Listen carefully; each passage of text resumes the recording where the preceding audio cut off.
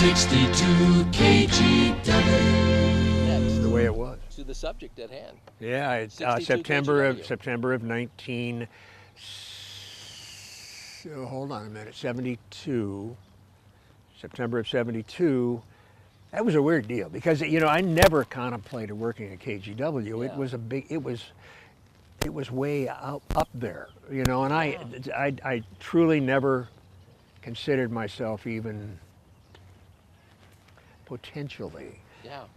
They had people, that They had these pros that I listened to every day going to college and It stuff. was the and, kind of thing you aspired to. yes, exactly. Well, I didn't even aspire. I didn't Walked even. in off the street. I'm serious about this. I never even thought of it Wow. until I got a call one day. I was getting ready to go to National Guard summer camp in Alaska, and I was unemployed. I got a call from the program director. Would you be interested in middays at KGW? Are you kidding me? Yeah. What? Now, was that the Mike Rivers Yeah. at the time? Yeah. Okay. And so I did a demo tape for him. I don't know why someone needed to listen, maybe in Seattle or somewhere. Yeah. And I cut the tape, and the day before I left, he called and said, "You've got the job when you come back." Wow. I could have flown to Alaska without a plan. I mean, really, it was beyond belief. I couldn't even picture myself there. I was scared stiff because I knew I wasn't good enough to be there. It was the strangest thing. It just had that kind of a thing where you paid attention and you worried, man, I have got not to screw this up because this is a great opportunity. Yeah, right? and as awed I was by the future and working at KG, I still had no concept of how cool a place it was. Yeah. I really didn't. Back when AM was Yeah. cool. Oh, there is a day. Yeah, when radio was cool. When radio was Yeah, but I didn't realize. Had no idea. And so I started. I came home from summer camp, and went in on Sunday night to learn the board. Yeah. While I was doing that, someone was in the parking lot breaking into my car Oh. and stealing my 8-track tape player. That's the time we're talking about. When your 8-track tape. I remember coming out and the wires are hanging. I thought, well, welcome to KGW. Because they just had to hang under the dash. That's right. Hey, They were here it right is. there. And I Yeah. walked in and there was a hole in my dash and wires hanging Oh, down. And I man. thought, wow, that's interesting. And the next morning, Monday morning, maybe like the 5th of September or something like that, I started. Let's talk about who was on staff at the time. Was Sure. Uncle Don doing mornings then? Uncle Don in mornings. I was middays. Phil Harper was afternoons. Excuse me, I got a thing. Gary Lockwood, Okay. Yeah. Joe Cooper, Giannunzio, Yeah. late nights, Ed Riley overnights. Yeah. See, and that's when I really started listening to guys. I was now getting into radio with my friend, Yeah. and that's when I'm like, and even Donovan would say, you got to listen to these guys. You want to know how it works. You listen to these guys and Robert W. Morgan and Charlie Tuna tape. Well, yeah, don't there have is the Morgan, Tuna voice. Morgan and Tuna. Incidentally, yeah, you're right. Yeah, But so that was quite a lineup at the time. it really was. And as is evidenced by what they did in the future. Coop and Lockwood hit Seattle. Riley went to Alaska and is still there, I think. He just retired. Did he And really? we're on Facebook. He just Oh, retired, really? and I think he's living in Phoenix now. No He got kidding. out of the cold. You mean he's only so hours away? So is- Uncle Don's still in Portland. Yeah. Phil, unfortunately, is dead. He Yeah. died. Had heart problems. Yeah, but there was so much talent there at the time. There was. And- Wonderful. and I know that- Which begs the question, what was I doing there? well, that's Really? That's how I felt. I'm like, I got to start part-time, and we'll get into some of my stuff later, but it was a kind of, am I dreaming kind of thing, you know, when I got the call from Mike Phillips. Well, I want to talk about some of the people. You started working for Mike Rivers, I did. Alan Mason, Yep. and some of those characters on the air. I'd love to hear some your impressions or stories. First of all, Phil Harper, everybody goes, was crazy, nice, cool. Anything you remember? So much Well, a lot, because he and I were good friends. Yeah. more so probably than anyone else on the staff. Well, there were three of us really: Phil, myself, and Gordy Miller, Yeah. who's also left us. So we spent time together, and so I got to know Phil. Very bright man, Yeah. very bright, crazy. Hmm. I mean, he was. I mean, he did off the wall things that I can't even tell you right now. You know, And I heard an air check recently. It's been years. was that Santa? Oh, I have that. Do you have the And Dirty I don't Santa? think I listened to the whole thing yet, but I have another one, and he did stuff on the air that it was from left field. Like Yeah, totally. the answer to yesterday's question is, and he'd make up something, and there was no question. They would, no, yesterday. he would do that stuff. And Yeah. meanwhile, back at the ranch, Tonto not realizing the Lone Ranger. I can't even remember what. I forgot. But he'd about do the that. Tonto Lone Ranger thing, Yeah.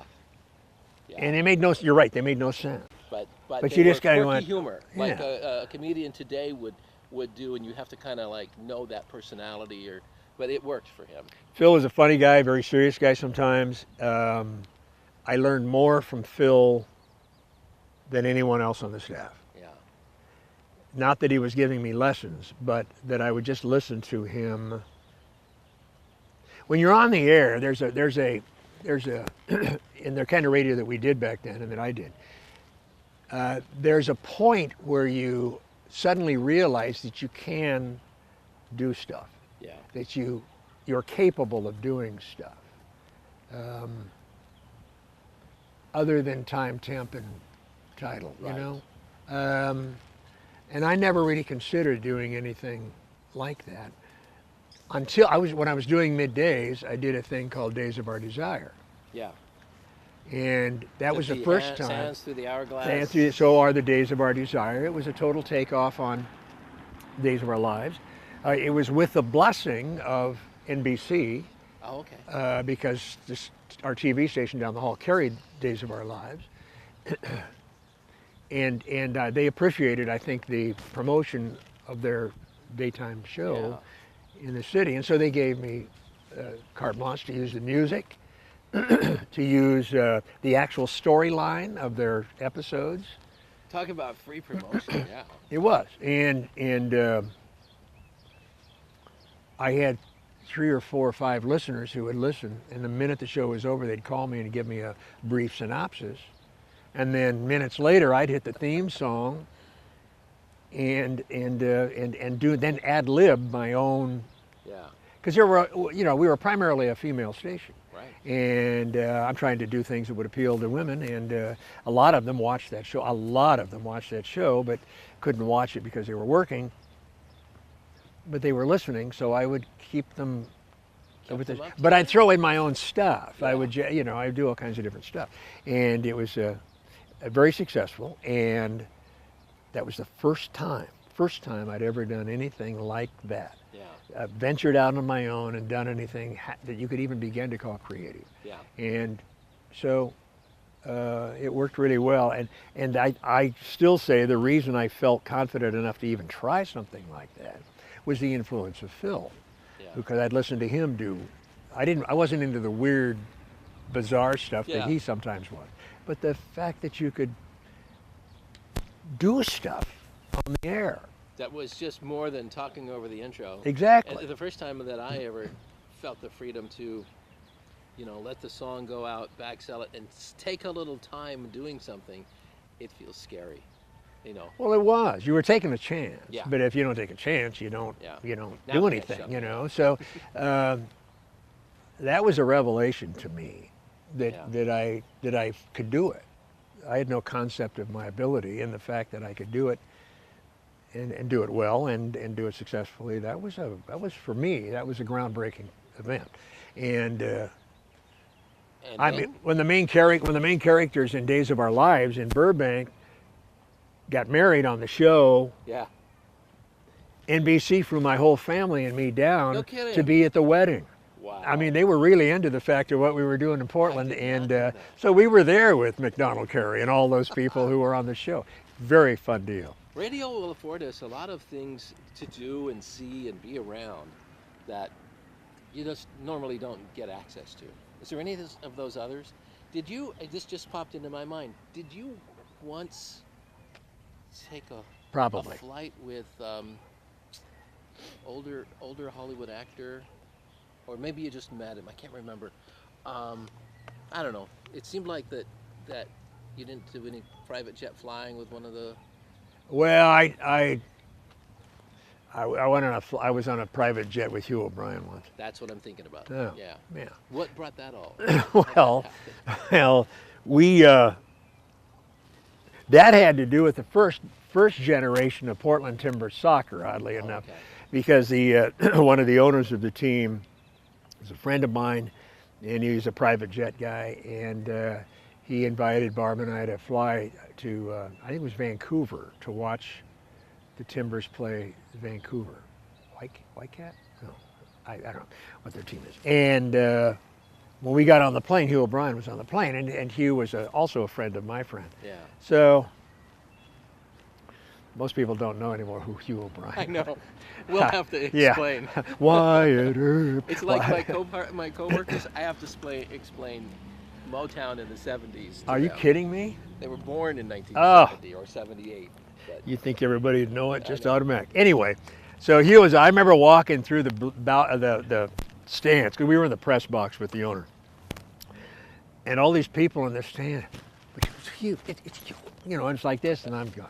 Oh, okay, Hugh Yeah. O'Brien. yeah, cool. Yeah, that was a good thing. Are you asking about my experiences because of what I did Yeah, for a just living? a couple of things that just kind of that you're afforded a new and different opportunity that. I just a regular have Joe on the I street. have flown with the Blue Angels and the Thunderbirds. Thunderbirds are here next weekend Are they really? in Riverside. I flew with them first, and I can't remember the year. That was those were two of the most amazing experiences in my life. Up until yesterday, I thought I was going to get a flight next week, No kidding. but they're only taking people on training, not the refueling flight. A jet will refuel, and they're going to let people go on that. Really? But they were telling me, well, you're going to have to get a clearance from your doctor if we do this, and it's like, yeah, I doubt it. It's not gonna happen. So, Both times that we flew, we'd take off, and both times we'd take off and stay right at just above the ground, and they do wheels up, gear up, and then all of a sudden they hit the afterburner and point it straight up, and we go to 10,000 feet just like that. And then we go out, and both times they would say on the intercom, they say, okay, do you want to just have a nice ride, or do you want to do, and I just do everything. yeah. And so we did everything, all the rolls, and we go up and then dive straight down, and it'd be zero gravity. Oh man. It was Yeah. I was all excited, but I don't get to do it. fun. I'm sorry, because it is really a wonderful experience. I have done so many things, so much stuff because of what I did for a living that I forget Yeah. what I've done. I forget all of the famous people I've met. Yeah. I really do. I just don't. I don't think that much about it. But there were Yeah. a Just a lot. nice little perk from the job. It was. at times. It So, was. yeah. It was a good job. Very good.